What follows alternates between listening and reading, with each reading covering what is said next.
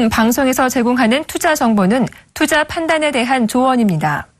방송에서 제공하는 주식의 가치, 가격 상승 및 가격 하락에 대해서는 방송사에서 보장하지 않습니다.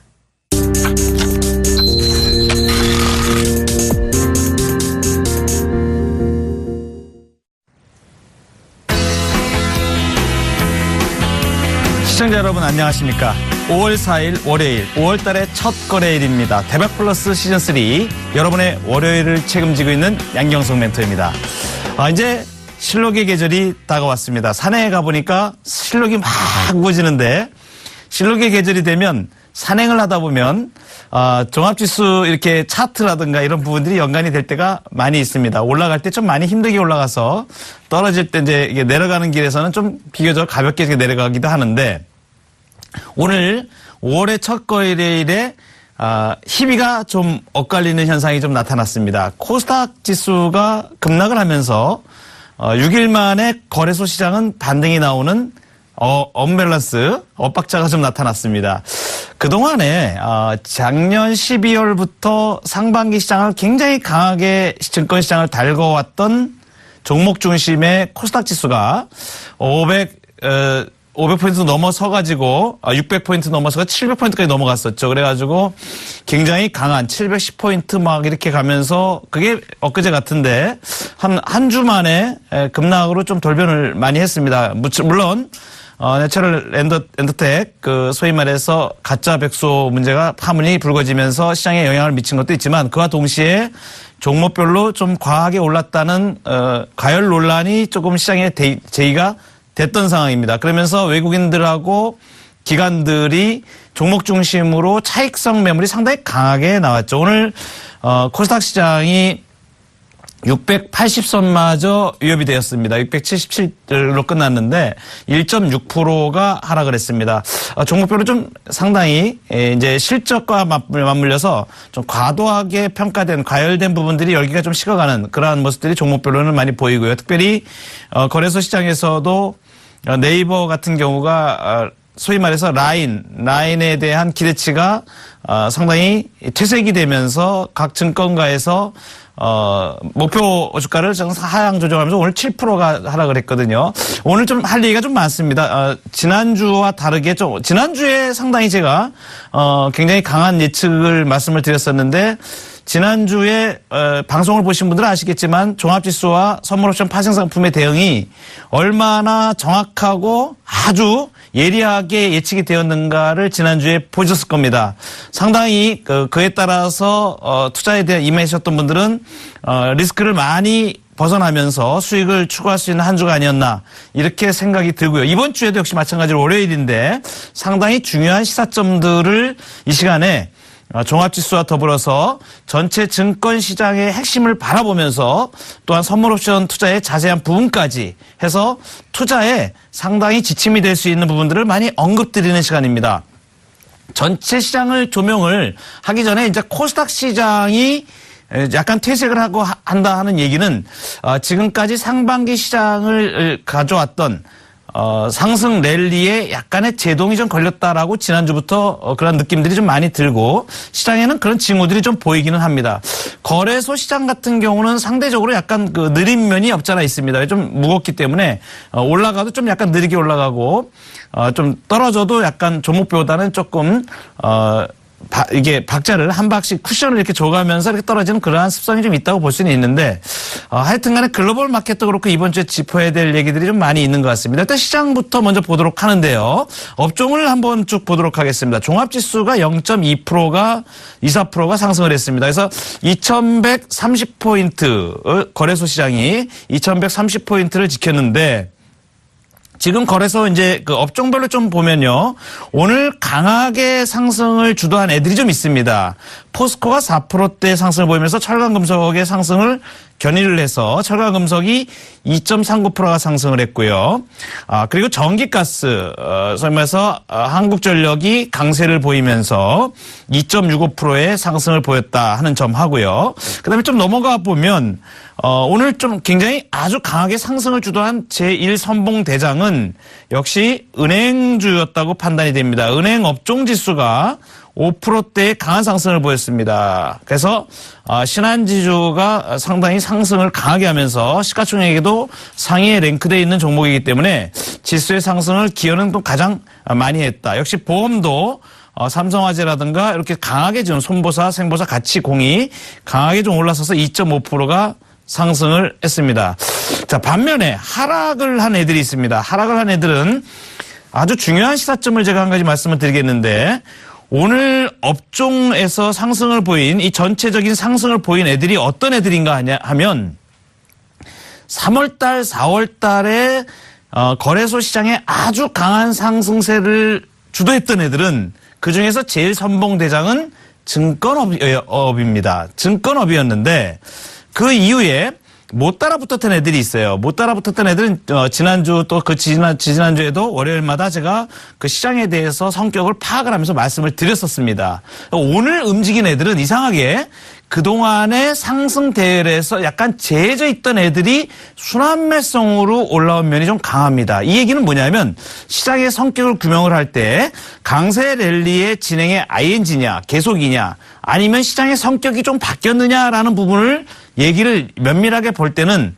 시장의 에너지가 응집되어져 가지고 폭발적인 스포트를 나가는 주도주가 나오면서 장을 끌어가고 있는 그러한 상태의 강세장이냐 아니면 순환매의 상승에 약간의 에너지가 좀 부족한 상태냐 이걸 가늠할 수 있는 부분들이거든요. 그래서 어떤 애들이 움직이냐 하는 것도 상당히 중요한 면 중에 하나입니다. 근데 그동안에 못 움직였던 애들이 오늘은 주도적으로 움직였습니다. 시장의 성격이 약간 다르게 움직인다라고 볼 수도 있는 면이기 때문에 그렇습니다.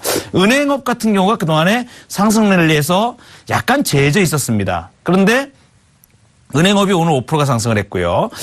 포스코 같은 경우도 상당히 그동안에 상승 랠리에서 소외돼가지고 철강 업종 자체가 굉장히 힘들어했던 고전했던 업종이었고 오늘 1%대의 강세를 보인 운수 소위 말해서 자동차와 자동차 관련주 이런 부분도 현대차가 오늘 1% 넘게 상승을 했는데 반등을 했는데 17만 원이 깨지니까 반등이 좀 나오는 이런 형상 정도이지 이것들이 앞으로 상승을 쭉쭉 끌어가면서 상승 랠리를 가져간다 이렇게 볼 수는 조금 그런 관점에서 접근하기가 약간 어렵다라는 측면을 제가 말씀을 드리는 겁니다. 자, 그래서 오늘 움직인 업종의 섹터군들을 보면 그동안에 소외됐던 애들이 좀 많이 움직였다 이렇게 볼 수 있고요. 아주 중요한 것을 하나 제가 오늘 말씀을 드리고자 합니다. 전체 시장을 읽을 때 큰 그 시장을 주도해 가고 있는 업종 내지는 종목 내지는 대표 섹터군들이 항상 존재를 하게 되는데 그러한 주장을 했던 가장 강하게 선봉대에 섰던 애들이 이상한 모습을 보일 때 시장은 그 패턴 하나의 흐름을 일단락을 짓게 되는 경향이 많거든요. 그래서 제가 오늘 집중적으로 말씀드릴 수 있는 부분이 증권업종에 대해서 말씀을 드리고자 합니다. 자, 업종 차트를 증권업을 좀 보도록 할 텐데요. 얘가 이제 증권업의 차트입니다. 지난번에도 몇 번에 걸쳐서 많이 말씀을 드렸기 때문에 증권업종 지수가 이게 지금 월복인데 지난번에 제가 이런 말씀을 드렸습니다. 약 한 5년간의 상승 랠리에 소외됐던 이러한 부분들을 월봉 자체가 이제 뚫고 나가서 업종 지수로 3,000포인트를 육박을 하게 됩니다라는 말씀을 드렸는데 4월 달에 3,000포인트 약간 못 미쳐서 물량을 받기 시작을 했습니다. 4월달 고가가 증권업종 지수로 2,945포인트니까 3,000포인트를 넘어가지 못한 상태에서 물량을 받고 그 다음에 꼬리를 달았죠. 그러니까 4월 말로 오면서 증권업이 약간 상승 가도에서 문제가 좀 생긴 상태가 되었습니다. 그 상태에서 업종 자체가 이 주봉으로 보면 그게 좀 선명해 보이는데 이렇게 보시면 자 증권업의 주봉 모양이 되겠습니다. 거의 대부분의 기술적 분석에서 주봉상의 꼬리가 윗꼬리가 이렇게 3번을 달게 되는 그런데 이것이 이 앞에 고점에 상징적인 의미가 있는 물량대라고 볼 수 있는 3,000포인트 전에서 일어난 현상입니다. 3,000포인트를 넘어가지 못하고 이러한 점으로 봤을 때 당분간 증권업의 모양새는 추가적인 조정의 영역에 놓일 가능성이 좀 상당히 있다라고 보여집니다. 자, 이격을 한번 보도록 할까요? 이격이 상당히 세죠. 여기가 20주 이동평균입니다. 자, 20주인데 20주에서 상당히 멀어져 있는 것을 좀 전에 보셨을 겁니다. 자, 이렇게 보시면은 네, 넘어갔습니다.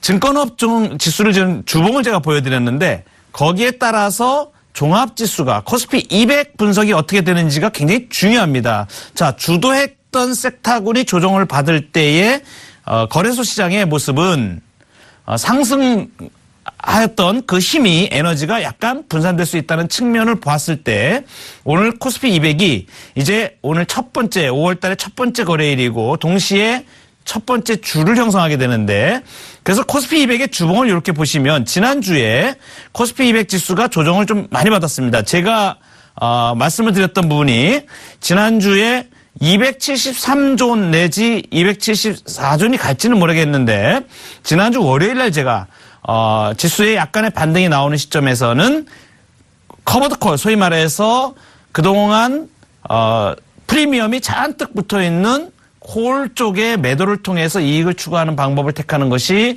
옵션 전략에서도 유리할 것이다라고 말씀을 드렸고 선물에서도 역시 마찬가지로 조정을 염두에 둔 선물 매도를 통한 트레이닝이 좀 유리할 것이다 이런 말씀을 제가 드렸는데 그대로 적중을 했습니다. 270이 깨져서 지난주에 선물 지수는 267존을 확인을 들어갔었죠. 267.1 정도까지 가서 이제 오늘은 이제 좀 이따가 제가 유언물 선물을 보여드릴 텐데 이 코스피 200 지수를 보면 이번 주에 예측을 해야 됩니다. 해야 되는데 이번 주에 이 주봉 자체가 지난주에 이 주봉을 보시면 그 전주에 굉장히 컸던 주봉 사이즈를 그대로 반납을 하는 그러한 현상이 지난주까지 나타났던 코스피 200의 모습이었습니다. 자, 만약에 종합지수가 좀 후퇴를 해서 이번 주에 5월 첫 주인데 5월 첫 주에 조정의 연속에 들어가게 되면 지수가 5주 이동평균을 하회를 하게 되면 그 전주에 움직였던 지수대까지 하단이 열릴 가능성도 없잖아 있습니다. 자, 이건 수급과 이제 이런 부분들을 면밀히 검토를 해서 가야 되는데 일단은 이 이격 자체가 지금 20주 이동평균의 이격이 굉장히 좀 과한 상태입니다. 과한 상태이기 때문에 상승으로 가기에는 조금 에너지가 좀 과도하게 필요한 부분이 없잖아 있기 때문에 그 에너지를 충족이 되면 주가가 상승의 랠리를 조금 가더라도 지난주의 고점을 상회하는 상당히 강한 랠리가 나오기는 조금 어려워 보이는 상태라고 보입니다. 그래서 이번 주에 주봉의 사이즈를 봤을 때 오늘이 월요일인데 다음 주 이제 내일은 우리가 쉬게 되죠. 그리고 이제 수, 목, 금 이렇게 3일 거래일을 갈 때에 오늘 시가가 오늘 고가가 넘어가지 못한 현상이 보인다 그러면 하락 쪽으로 좀 열리게 되는데 그랬을 경우에 주 후반으로 가면서 물량을 받을 가능성에 조금 포인트를 조금 더 둬야 될 필요성이 좀 있습니다. 지금 지수를 예측을 한다면 이번 주에 지수 예측을 한다면 지난주에 저점 소위 말해서 종합지수를 봤을 때 2130포인트를 하회하면서 2120존을 만약에 위협을 하게 되면 2100선 정도까지는 열려져야 될 겁니다. 그러니까 플러스 마이너스 약 1.5% 이내에 만약에 갇힌다고 봤을 때 위로 코스피 200으로 270을 넘어가기는 그렇게 만만해 보이지는 않는 지수라고 보이고요. 270 아래에서 지금 현재 오늘 지수가 약간의 반등이 나왔지만 267.33으로 끝났거든요. 그러면 이제 여기가 267.33이면 5주 이동평균을 축으로 해가지고 플러스 마이너스 2% 이내에 있게 될 확률은 한 85% 정도 된다고 볼 수 있고요. 이제 볼린저 밴드라든가 이런 부분을 검증을 해봤을 때 그러한 부분들이 좀 나오게 됩니다. 그래서 이번 주에는 제한적인 등락 과정과 다음 주로 넘어가면서 있을 문제들이 좀 있습니다. 자, 포인트를 두 가지를 말씀을 드리겠습니다. 첫 번째는 지금 상승의 분위기를 끌어가고 있는 첫 번째 섹터가 중국의 강세입니다. 중국이 오늘 PMI가 나왔는데 예상치보다 좀 안 좋게 나왔습니다. 그런데 오히려 주가는 약간 오전에 조정을 받은 이후에 오후에는 다시 반등이 약간 나왔거든요. 물론 강한 기조가 지난주처럼 그렇게 세지는 않습니다. 그동안 올라온 것도 있고 특별히 4,500포인트 중국 상해 종합지수 기준으로 4,500포인트 정도에서는 과열에 대한 얘기들이 중국도 좀 나오고 있는 상황입니다. 자, 중국이 일단 전체 글로벌 마켓에서는 강세 기조를 띠면서 아시아권의 강세를 갖다가 좀 끌어가고 있는 그러한 현상이 좀 눈에 띄고 있는데 그 힘이 지난주보다는 조금 약해질 수 있다는 측면을 좀 봐야 될 것 같고요. 글로벌 마켓에서 조금 우려 사항이 되는 부분들은 유로존입니다. 유로존은 특별히 2주 전부터 자금의 이동이 상당히 주식 쪽에, 그러니까 소위 말해서 리스크 자산 쪽에서 상당히 이탈하는 조짐들이 좀 보이고 있다. 그래서 증권가에서 지금 약간 5월달 장세에 대해서 약간 보수적인 견해들이 지금 대두가 되고 있고 5월에 그동안에 4월달까지 강세를 보였던 시장의 강세 현상이 5월 달에는 숨고르기 내지는 조정의 역할을 보일 가능성이 높다는 측면을 유로존의 자금이 리스크 자산이 조금 후퇴하고 있는 그러한 부분들을 들어서 보는 경향이 많고요. 이러한 부분을 봤을 때 유로존의 주가도 상당히 강하게 좀 특별히 다음 주에 그리스에 대한 문제가 집중적으로 거론이 될 가능성이 좀 높습니다. 이제 그렉시트에 대한 문제가 이제는 공공연하게 지금 유로존에서 이제 탈퇴하는 쪽으로까지 플랜 B를 열어놓고 가고 있는 상황이거든요. 이래서 이러한 면을 봤을 때 이미 이제 그 유로존의 그동안에 채권국하고 채무국가의 갈등이 이제 아주는 노골화되는 쪽으로 갈 가능성이 상당히 많고 시안이 물론 이제 그리스에서는 재무장관을 교체를 해가지고 협상에 대한 임하는 어떤 그런 부분도 있지만 어떤 그 얘기까지 나오냐면 지금 그 총선을 해서 이제 국민투표에 붙여가지고 가게 되는 경우의 시나리오까지 시리자당에 대한 어떤 그러한 부분들의 불신 문제라든가 여러 가지 복합적인 문제들이 좀 불거지고 있다라는 측면에서 이것이 지나가기까지는 상당한 진통이 예상될 수 있고 특별히 다음 주에 그렉시트에 대한 부분이 유로존에 상당히 발목을 붙잡는 현상으로 나타날 수 있기 때문에 이 부분에 좀 주의를 기울이셔야 될 거다. 그다음에 또 이제 영국의 총선 문제도 등장을 하게 됩니다. 실제로 스코틀랜드의 독립 문제라든가 이런 부분들이 복합적으로 이번 주에 시장을 움직일 수 있는 상당히 강한 이벤트들이 많이 있기 때문에 시장이 아무래도 리스크 자산 쪽은 안전 선호 심리가 좀 강하기 때문에 이러한 경우에는 리스크 자산 쪽이 조금 손해를 보는 경우가 많기 때문에 유로존의 주가 움직임도 좀 면밀히 봐야 될 것입니다. 특별히 독일 주가를 보면 12,000포인트를 지난주에 지지난주까지 유지를 하다가 지난주에 급락하는 과정이 나왔습니다. 그래서 약 한 3주에 걸쳐서 12,000이 깨지면서 11,500선으로 후퇴를 하고 11,400선까지 내려가서 이번 주에 추가적인 하락을 하는지 여부가 상당히 진통 과정으로 남아 있습니다. 이 독일 같은 경우는 ECB 소위 말해서 유럽 통화 팽창에 가장 수혜를 입었다고 볼 수 있는 그래서 유로존 중에서 채권국의 가장 안전한 자산인 독일의 채권에 상당한 부분들이 투자가 되었던 부분들이 있거든요. 그런데 이러한 부분들이 좀 균열이 좀 생기는 그런 과정이 상당히 좀 나타날 수 있다 하는 점에서 글로벌 마켓이 상당히 중요하게 영향을 미칠 것이다.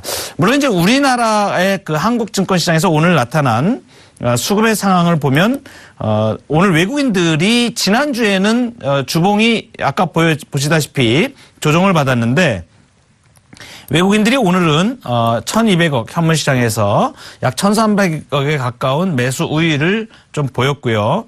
선물 시장에서도 1,400억 정도의 매수 우위를 보였는데 이 규모가 지지난주나 이러한 상황에 아주 그냥 액티브하게 좀 강하게 시장을 몰아붙였던 강세를 가졌던 상황하고는 조금 힘이 좀 떨어지는 정도의 일단 것으로 보이기 때문에 외국인들의 영역에서 매수 기조가 계속된다라고 이것을 보고 판단하기에는 조금 이른 감이 있습니다. 지난주는 그 전주에 시장에서 있었던 현상하고 반대 현상, 그래서 굉장히 그 외국인들의 그 매수세가 주춤하는 모습을 보였는데 어쨌든 간에 단기간에 지수의 조정폭이 좀 있었고 그런 측면을 해서 지수의 유지를 하는 어떤 측면이 좀 강하지 않았나 이런 판단을 하고요. 오늘 같은 경우에 외국인들이 약간의 매수로 주가의 반등을 좀 견인하는 그러한 역할을 했고, 좀 특이한 것은 연기금이 300억 정도의 매수를 하면서 기간 중에서는 최근의 조정에 대해서 약간 방어적인 어떤 그러한 모습들을 좀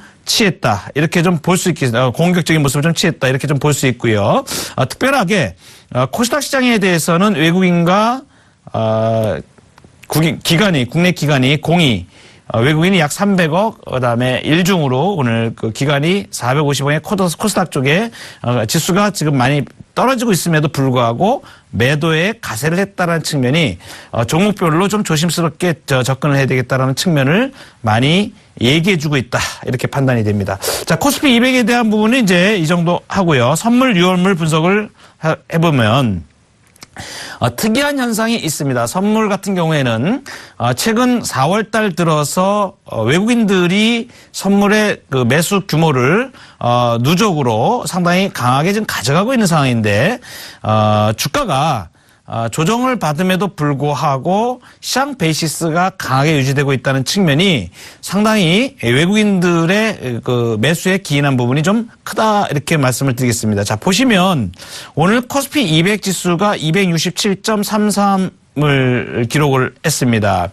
그래서 0.91이 올라서 전일 대비, 지난주 대비해서 0.34%가 상승을 했습니다. 자, 그런데 선물은 0.35%가 상승을 했죠. 그러니까 선물 베이시스가 지난 금요일에도 강했었던 상황인데 지난 목요일에도 오늘도 역시 마찬가지로 베이시스는 유지가 되었다라는 측면은 외국인들이 1,400억에 해당하는 선물 매수세가 그 역할을 했다라고 볼 수가 있겠습니다. 자, 이 시장 베이시스가 굉장히 중요한 점은 뭐냐 하면 지수가 지금 이제 20일 이동평균선 근처에서 조정을 받으면서 특별히 연 한 5일 동안 조정을 받았던 것에 대해서 약간 반발매는 생기고 있다라는 측면을 감안을 할 때 이 베이시스에 따라서 추가적인 조정의 영역이 될 것이냐 아니면 약간의 반등 영역이 될 것이냐를 결정을 하게 되거든요. 그런데 오늘은 일단 외국인들의 소위 말해서 자기들이 가지고 있는 그동안에 지난주 빼고 그 전주까지 강세 기조로 몰고 왔던 그러한 포지션을 유지를 하는 그러한 형태를 보였기 때문에 앞으로도 민감하게 이 베이시스를 잘 봐야 될 부분 중에 하나입니다. 특별히 거래소 시장은 오늘 코스피 200하고 다르게 0.24%가 상승을 했거든요. 거래소 종합지수는 0.24%가 상승을 했기 때문에 오늘 제일 많이 상승을 보인 애는 선물이 되겠고, 자, 그 역할에서 아까 업종에서 보여드렸지만 철강이라든가 은행이라든가 업종 대표주들, 대형주들이 약간 강한 모습을 보였고, 중소형주 내지는 그 이면에 있는 것들은 좀 약한 모습을 보였다, 이렇게 볼 수 있는 거거든요. 그렇기 때문에 시장 베이시스는 선물에 따라서 유지가 되었다. 자, 계리율이 0.47%니까 평상시보다 좀 많이 센 겁니다. 자, 이게 6월물입니다. 6월물이 이제 약간 이제 한 달, 이제 5월 초니까 6월 둘째 주, 6월 11일인가, 만기가 되게 되겠죠. 자, 그럼 만기까지 남은 일수가, 잔존 만기가, 이제, 39일로 이렇게 나오죠. 그죠? 네. 이렇게 나오고 있습니다. 최종 거래일이 6월 11일 이렇게 나오고 있고요. 자, 이렇게 봤을 때, 약 한 달 조금 더 남았는데, 시장 베이시스가 이론 베이시스, 결국 이제 K2하고 맞춰지게 되겠죠. 코스피 200하고. 이 점을 제가 이제 선물 지금 옵션, 초보 탈출기이기 때문에 이 말씀을 좀 구체적으로 좀 드리는 겁니다. 이 계리율이, 말해주는 바는 몇 번의 과정을 통해서 말씀을 드렸지만 프로그램 차익, 비차익, 매수와 연관이 매수 매도와 연관이 돼 있다고 제가 말씀을 드렸습니다. 자, 이 베이시스를 악화시키면 물량이 일시에 출회가 될 수 있는 부분도 있고요. 어떤 돌발 악재라든가 이런 부분이 있을 때는 그것이 오히려 연쇄적으로 베이시스를 너무 과하게 만들어 놓으면 부메랑 효과죠. 부메랑. 이게 반대쪽으로 또 당할 수 있는 부분도 많이 있습니다. 이런 부분들을 잘 보셔야 되는데, 지금의 시장 베이시스는 외국인들의 선물 매수에 의해서 약간 과도하게 유지되는 측면이 없지 않아 있다고 보는 것이 제 견해입니다. 그래서 시장 베이시스를 너무 신뢰할 필요까지는 없다라고 보여지고 모든 것의 중심은 현물에 있습니다. 특별히 다음 주에는 5월물 옵션 만기로 들어가게 됩니다. 이럴 때에 현물에 근거한 투자가 그래도 선물에 의존하는 부분보다 더 어떻게 보면 시장 대응이 또 정확할 수 있겠다 이렇게 보여집니다. 그래서 현물에 대한 부분, 특별히 코스피 200 지수에 대한 부분들을 면밀히 보면 좋을 것 같고요. 오늘 차트를 보시면 오늘 일봉에서 선물이 오늘 시가가 268.50으로 갭상승 출발을 했습니다. 지난 목요일 날 베이시스를 상당히 강하게 유지했음에도 불구하고 오늘 외국인들이 하루 종일 베이시스를 놓지 않으면서 끝까지 물고 늘어지는 현상을 좀 보였습니다. 이것이 나름 시장에 대한 지난주에 좀 하락이 하락 조정이 있었기 때문에 추가적인 하락은 잘 아니지 않느냐라는 시각이 외국인 사이드에서는 좀 들어오는 것 같기는 합니다. 이런 부분인데 268.50으로 시작을 해서 그 다음에 269.60까지 270은 못 넘어갔습니다. 근데 저가는 267.95니까 살짝 미는 정도였습니다. 지난주 저가가 선물로 267.10이었습니다. 자, 이번 주에 선물이 지난주 고가는 273대에 있기 때문에 상당히 좀 많이 벌어져 있습니다. 주봉이 지난주에 조정을 받았기 때문에. 그래서 위로 상승 시도가 나올 경우에 270이 일단 1차 고비가 될 것 같고요. 오늘이 이번 주에 고점일지 내지는 내일 모레 수요일 날 글로벌 마켓의 전개라든가 이런 상황에서 만약에 지수가 오늘 고점을 상회하는 형태가 벌어진다면 이번 주 주봉은 양봉 사이즈로 약간 자리를 잡을 가능성이 높고요. 반면에 이제 이번 주가 영업일수가 그렇게 많지가 않기 때문에 하루가 우리가 쉬기 때문에 글로벌 마켓에 대해서 좀 예민하게 반응할 가능성이 높기 때문에 이 말씀을 드리는 겁니다. 그래서 하락적으로 반영하게 될 경우에 지난주에 저점을 하회를 하는지 여부가 굉장히 중요하게 될 것입니다. 그러한 측면에서 일단은 내일 모레 글로벌 마켓을 다 점검을 하고 수급 상황을 체킹을 해서 사이즈를 정해서 대응하시는 것이 좋겠다. 그렇지만 플러스 마이너스 2% 이내에 들어갈 가능성이 높고 하방 쪽에 하락 쪽으로 약간 주 후반으로 가면서 무게를 좀 둬야 되지 않나. 이것이 제가 생각하는 대응 방법이 되겠습니다. 자, 이제 옵션 말씀드리고 간략하게 말씀드리겠습니다. 당월물 5월물 옵션에 대해서 말씀을 드리는데 267에서 270까지 이 두 칸은 이번 주에 이 두 칸에서 근처에서 일단 놀게 될 가능성이 상당히 높겠다. 지난주에 코스피 200이 저점을 찍어 265.85까지 찍었는데 자, 그렇게 될 경우 하락으로 가게 될 경우 265존까지 열리게 됩니다. 265존까지 열리게 돼서 오늘 풋프리미엄이 외가들이 많이 죽었는데 연타로 매도는 약간 리스크가 있다라고 보여져서 콜 매도와 풋 매도를 병행하되 조금 매도는 약간 규모를 조절을 해서 주 후반의 변동을 대비하는 전략이 필요하겠다. 이렇게 말씀을 드리도록 하겠습니다. 경우에 따라서는 주 후반으로 가면서 풋 시세가 프리미엄이 살아날 가능성, 또 매수자 같은 경우에는 이번 주중에 반등을 이용한 풋 매수를 통한 풋 매수의 전략, 공격도 가능성은 있어 보인다. 이렇게 말씀을 드리도록 하겠습니다. 자, 여기까지가 오늘 분석이었고요. 잠시 후에 선물옵션 초보 탈출기 강의 들어가도록 하겠습니다.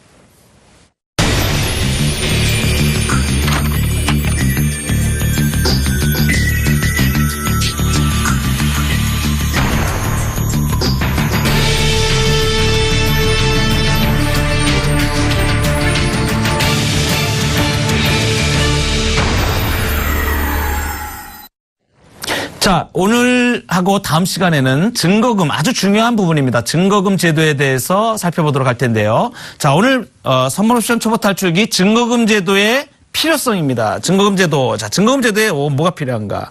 자, 증거금 제도는 이 증거금이라는 것은 파생상품 거래는 곧 증거금 거래다라고 얘기할 정도로 굉장히 중요한 내용이 되겠습니다.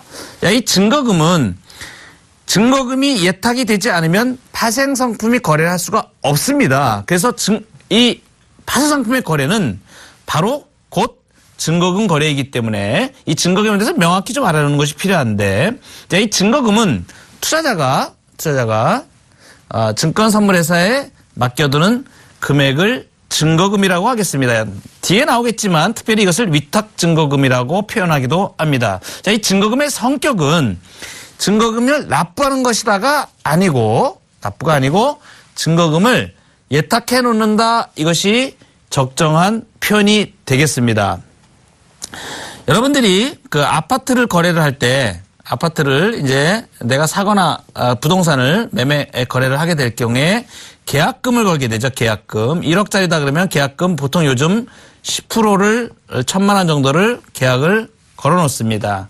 자, 이것이 뭐냐면 모든 매매 거래에 있어 가지고 거래를 갖다 이행을 하겠다. 이행을 하겠다. 그래서 이행을 안 하게 될 경우에는 이 계약금이 소멸이 되게 되죠. 자, 이러한 부분하고 유사한 부분이 있다라고 보시면 되겠습니다. 자, 그래서 증거금이 예탁의 이 필요성은 바로 뭐냐면 결제를 하겠다. 결제 이행을 보증하는 보증금의 성격이 되겠습니다. 자, 계약은 현재 시점에서 계약을 하게 되고요. 그 다음에 계약 이행은 미래 시점에서 계약을 이행하게 됩니다. 자, 이 시간적인 차이가 있기 때문에 이 중 안에 문제가 생길 수가 있습니다. 어떤 이유에 대해서 내가 이익이 있거나 손해를 보게 되거나 하게 될 경우에, 이익일 땐 거래를 안 할 이유가 없는데 손해를 보게 될 경우에는 계약 이행을 안 할 수 있는 현상이 발생하게 됩니다. 그래서 결제 이행을 안 하게 되는 문제가 발생하기 때문에 이것을 하게 하기 위해서, 자, 거래 상대방의 결제 불이행 위험이 존재하는 이것을 해소하기 위해서 가장 중요한 이유가 되겠습니다. 그래서 증거금이 존재를 하고 증거금을 징구를 하게 되는 겁니다. 증거금을 예탁한다, 이렇게 말씀드릴 수가 있겠습니다. 자, 그러면 이 증거금 제도가 이렇게 중요한데, 파생상품 거래에 있어가지고, 자, 이 증거금 예탁을 하게 되면 어떤 효과가 나타나게 되면 가장 중요한 것이 해결됩니다. 투자자가 최종 결제를 이행을 하게 되는 겁니다. 이것을 보증한다 이거죠. 최종 결제를. 자, 그 다음에 이런 경우가 있겠죠. 만약에 한 사람이 약속을 어기게 되면 여기에 연관된 사람들이 이렇게 여러 사람들이 있게 됩니다. 그죠? 그런데 이 사람이 약속을 어기게 되면 이 사람도 약속을 어길 가능성이 있게 되고요. 결제 불이행을 연쇄적으로 하지 못하게 될 수 있는 상황이 벌어질 수가 있습니다. 실제적으로 예전에 그 글로벌 마켓에서 선물 제도의 증거금이 많이 미비되어 있던 상태에서 그러한 사태가 벌어졌던 적이 있습니다. 실제로. 그래서 이 대규모 연쇄적인 결제 불이행 사태가 나타나게 되면 굉장히 금융기관들이 몸살을 앓게 될 수가 있기 때문에 이제 지금까지는 이제 선물 옵션 제도가 많이 발달하면서 선진국을 중심으로 이러한 제도들이 증거금 제도가 필요성이 느껴져서 아주 보완이 지금 많이 돼 왔습니다. 그래서 이제 그러한 대규모 연쇄적인 결제 불이행 사태는 이제 다 방지가 되고 안전하게 결제가 이행될 수 있는 보증 장치들이 다 됐습니다. 그중에 가장 중요한 것이 바로 이 증거금이라는 거죠. 그래서 이 예탁 효과는 대규모 연쇄적 결제 불이행 사태를 방지하고 위험액을 감소시켜서 시장 충격을 감소하는 효과가 있다. 자, 이렇게 이 중에서 또 중요한 것이 뭐냐면 주식시장하고 파생상품 시장의 증거금은 다 성격이 다릅니다. 주식시장의 증거금은 일종의 계약금이라고 볼 수가 있습니다. 계약금. 계약금입니다. 그래서 결제 대금을 일정 비율을 선납을 하는 겁니다. 자, 주식시장의 증거금, 예를 들어서 오늘 내가 주식을 산다 그러면 이제 40% 현행 40%의 증거금, 종목별로 많이 다르지만 40%의 증거금이 필요하다라고 했을 때 이 40%는 내가 결제 대금의 일정 비율로 납부를 하는 상태가 됩니다. 선납하는. 그래서 다운 페이먼트라 그래가지고 계약금의 형태를 가지게 되는 거죠. 자, 그런데 파생상품 시장의 이 증거금은, 선물옵션 시장에서의 증거금은 보증금이다. 보증금. 자, 퍼포먼스 본드라 그래가지고 미래 시점 계약 이행을 담보하는 그냥 보증금의 성격인데 이 보증금이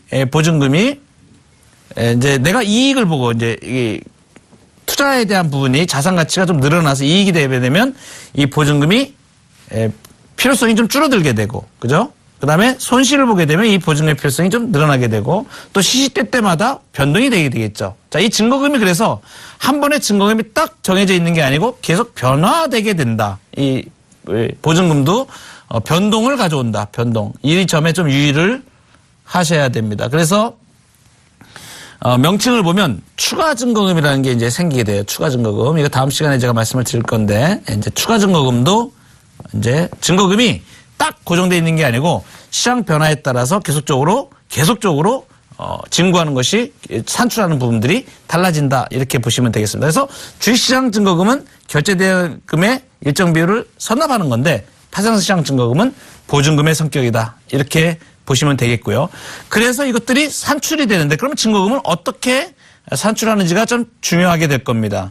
가장 간단한 증거금 산출의 원리는 아주 두 가지만 비교하면 되는데, 자, 내가 증거금이 이렇게 많아지는 것은 많아지면 결제 불이행 위험은 줄어들게 되고요. 자, 금융비용은 늘어나게 되죠. 내가 증거금을 많이 내니까 금융비용은 늘어나게 되는 겁니다. 금융비용과 그 다음에 결제 불이행 위험이 줄어들게 되는 크로스 교차점에서 증거금이 결정이 되게 된다.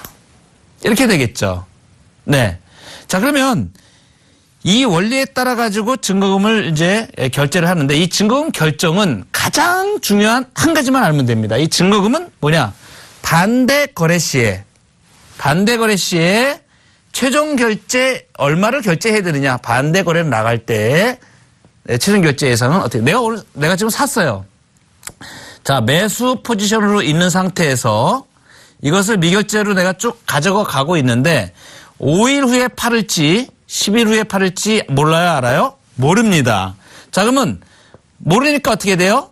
자, 이게 만기가 결제 이행을 해야 되는 때가 언제다라고 정해지게 되면 이때까지의 기간을 보고 그 안에서 반대 매매가 이루어질 경우를 가정을 하게 되는 거죠. 그죠? 그렇게 계산을 해가지고 소위 말해서 증거금을 결정을 하게 됩니다. 자, 이렇게 되면 반드시 반대 거래라는 게 성사가 돼야 되고요. 그 다음에 이때 최종 결제 예상 금액이 바로 증거금이 된다 하는 얘기가 되겠습니다. 자, 이 장내 파생상품 거래에 있어서는 이 거래 시점하고 그 다음에 이 반대 소위 말해서 계약을 지금 한 거하고 계약을 이제 이행을 해야 되는데 계약을 해지하면 이제 이행이 되는 거죠. 이 시점 간의 차액이 벌어지죠. 그죠? 이걸 결제하는 거 차액만 결제하는 형태로 파생상품 거래가 지금 다 이루어지고 있죠. 그죠? 그래서 지난번에 쭉 말씀을 드려왔습니다. 최종 거래 때 어떻게 결제가 되는지에 대해서 쭉 말씀을 드렸는데 이렇게 최종까지 가지 않고 중간에 내가 반대 거래를 하게 될 경우에 그 차액이 결제가 됩니다. 그 결제 예상 금액이 증거금이 되겠습니다. 그래서 일정 시점에 투자자의 모든 포지션이 일괄해가지고 반대에 결제되는 것으로 상정을 하게 됩니다. 아주 쉽게 예를 드리겠습니다. 자, 내가 1억이라는 현재 가치에 투자가 되어 있는데 이게 손실이 나서 이제 반대 거래를 하게 되면 8,500만 원이 남게 됩니다. 자, 그러면 이 차이는 1,500만 원에 해당합니다. 이렇게 반대 거래를 하게 될 경우에 손실 금액이 1,500만 원이다. 그러면 이 금액이 증거금으로 결정이 되는 것이겠습니다. 이렇게 증거금의 산출 원리는 아주 간단하고 그다음에 반대 거래 시에 포지션이 결제됐을 때 상정을 해가지고 손실이 얼마가 나느냐 할 때 그것을 갖다가 손실액을 추정해가지고 증거금으로 예탁하는 것이 되겠다. 이렇게 말씀을 드리면 틀림없겠습니다. 자, 증거금 결정의 주체가 있는데요. 거래소하고 그다음에 증권 선물회사가 존재를 하게 됩니다. 이 증거금 결정은 누가 하는 것이냐 이겁니다. 누가 하는 것이냐. 자, 결론만 말씀드리면 증권 선물회사가 위탁 증거금을 결정을 합니다. 위탁 증거금. 다음 페이지에 나오는데 위탁 증거금. 이것은 증권 선물 회사가 결정을 한다. 자, 그러면 투자자들이 제공하는 담보해야 되는 증거금은 위탁 증거금은 증권 선물 회사가 결정한다. 이렇게 아시면 되겠고요. 그럼 거래소는 뭘 하는 거냐? 자, 이 증거금과 이게 지난 시간에 앞 시간에 이 거래소의 역할에 대해서 말씀을 제가 많이 드렸었는데 청산소다라고 말씀드렸죠. 그래서 선물과 관련된 모든 파생상품 거래에 대해서 안전장치를 확보해야 되고 거기에 대한 결제가 원활하게 이루어질 수 있도록 결제 이행 보증 기관이라고 제가 말씀을 드렸습니다. 그죠? 결제 이행을 보증을 누가 하느냐? 거래소가 하는 겁니다. 그러니까 얘는 거래소는 기초자산의 가격 변동에 따라 이 가격이 계속 변동합니다. 이 특별히 기초자산 선물도 여러 가지가 있고 옵션도 파생상품이 여러 가지가 있는데 앞에 종류를 여러 가지 말씀드렸죠. 거기에 대한 이 기초자산의 가격 변동에 따라 가지고 다양한 시나리오를 생성을 합니다. 상한가가 되었을 때 얼마, 하한가가 되었을 때 얼마, 이 변동이 지금 이렇게 되었을 때 얼마 해가지고 그 다양한 시나리오대로 생성을 해서 예전에는 이것이 소위 말해서 전산 시스템 이것이 뒤따라주지 않으면 이러한 산출이 너무나 번거롭고 힘들기 때문에 이 전산이 확보가 되지 않으면 이러한 파생상품의 거래에 굉장한 애로사항들이 많습니다. 그래서 이제 최근에 현대에 들어서 한 20년 전부터 이 컴퓨터의 급격한 이 발전이 소위 말해서 금융자산의 거래에도 상당한 영향을 미치고 있는 겁니다. 지금 모든 것이 프로그램화되어 있고 또 모든 이러한 시나리오라든가 이러한 가격 변동에 대한 예측들을 전부 다 컴퓨터 시스템으로 전부 다 하기 때문에 그 역할이 굉장히 크죠. 그래서 증권업을 하는 증권회사의 또는 선물회사의 조건 자체에도 이 증권에 대한 전산 시스템을 가장 우선적으로 일단 보게 됩니다. 이러한 프로그램들이 다 준비가 되고 그것을 투자자들이 다 이용할 수 있도록 이 전산망이 다 잘 돼 있는지 이러한 부분들을 다 검증을 하게 됩니다. 예전에는 없던 현상이죠. 30년 전에 그런 거는 필요성이 그렇게 많지가 않았었는데 현대에 들어서는 아주 굉장히 최근에 들어서 이러한 부분들이 중요하다. 자, 그래서 거래소는 기초자산 가격 변동에 따른 다양한 시나리오를 형성하게 되고 증권 선물회사는 예상 손실액을 산출을 합니다. 그래서 반대거래 시 아까 말씀드렸죠. 증거금 결정하는 거. 이 증거금 결제, 최종 결제 예상 금액, 즉 예상 손실액을 산출을 해서 최대 예상 손실 금액을 증거금으로 결정합니다. 최대 예상 손실 금액. 손실이 날 경우에 대비를 해서 손실이 얼마나 될 것인지를 다 계산을 합니다. 그래가지고 증거금을 구하게 됩니다. 좀 아주 굉장히 많이 최대로 손실을 볼 수 있는 것을 갖다 금액을 산정하기 때문에 증거금을 많이 예탁을 하게 됩니다. 특별히 이제 나중에 또 이제 종종 말씀드리겠지만 선물 같은 경우는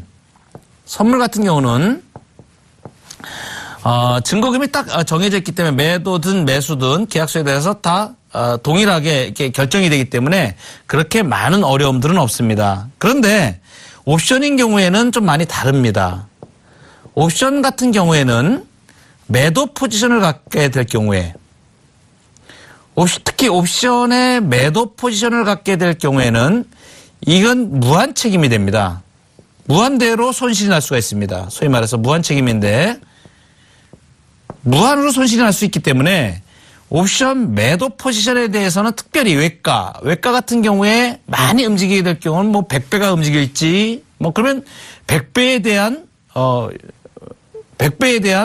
그 손실 책임을 져야 되는 경우가 발생할 수도 있습니다. 그래서 옵션 외가에 대해서는 증거금이 굉장히 많이 들어가게 됩니다. 그래서 개인 투자자들이 옵션 매도를 잘 많이 구사하지 못하는 이유가 증거금이 예탁해야 되는 증거금이 많이 잡히기 때문에 그래서 그러한 부분들의 매도가 원활하지 않는 부분이 일반 기관 투자가들하고 다른 점입니다. 그래서 최근까지도 매도 포지션에 대한 부분들은 증권 선물회사나 또는 기관들에 의해서 많이 이루어지고 개인들 같은 경우는 매도 포지션을 잡는데 난해한 점들 바로 이 증거금 때문에 그러한 문제들이 있다라는 점도 알아놓으시면 도움이 되실 겁니다. 자, 그래서 이 증거금의 종류 이제 여기서 오늘 마지막 내용인데요. 거래 증거금하고 위탁 증거금입니다. 이 위탁 증거금은 투자자가 증권 선물회사에 예탁하는 증거금이 되겠고요. 장중에 사전 위탁 증거금에 해당이 되고 장 종료의 사후 위탁 증거금, 사후 위탁 증거금은 개인 투자자들한테는 해당이 되지 않습니다. 이 사후 위탁 증거금이라는 것은 결제 이행 능력이 충분하다고 인정되는 적격 기관 투자가에게만 제한적으로 허용되어 있기 때문에 사후 위탁 증거금은 필요 없고 모든 투자자들은 장중에 사후 위탁 증거금으로 적용을 받고 예탁 수단으로는 현금 대용증과 외화가 있는데 현금 예탁액 필요액이 있습니다. 40%면 40%, 30%면 30%, 현행은 40% 제가 알고 있는데 이 현금 증거금이 반드시 필요합니다. 주식이 있고 현금이 있을 때 현금은 얼마가 꼭 돼야 된다 하는 그 비중이 있다는 얘기입니다. 이것을 꼭 알아놓으셔야 됩니다. 중요한 점입니다.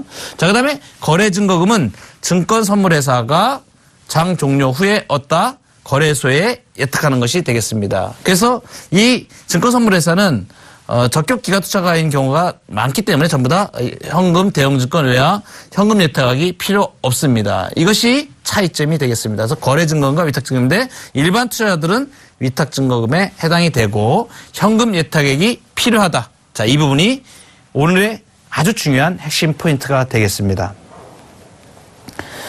자, 바쁘게 왔습니다. 월요일인데 이번 주에 5월달 들어서 첫 번째 거래일인데 그래도 상승으로 거래소가 나타났는데 이번 주 또는 5월달에 조정에 대한 얘기들이 좀 많아지고 있습니다. 투자에 주의가 좀 필요한 시점이 아닌가 이렇게 판단이 되고요.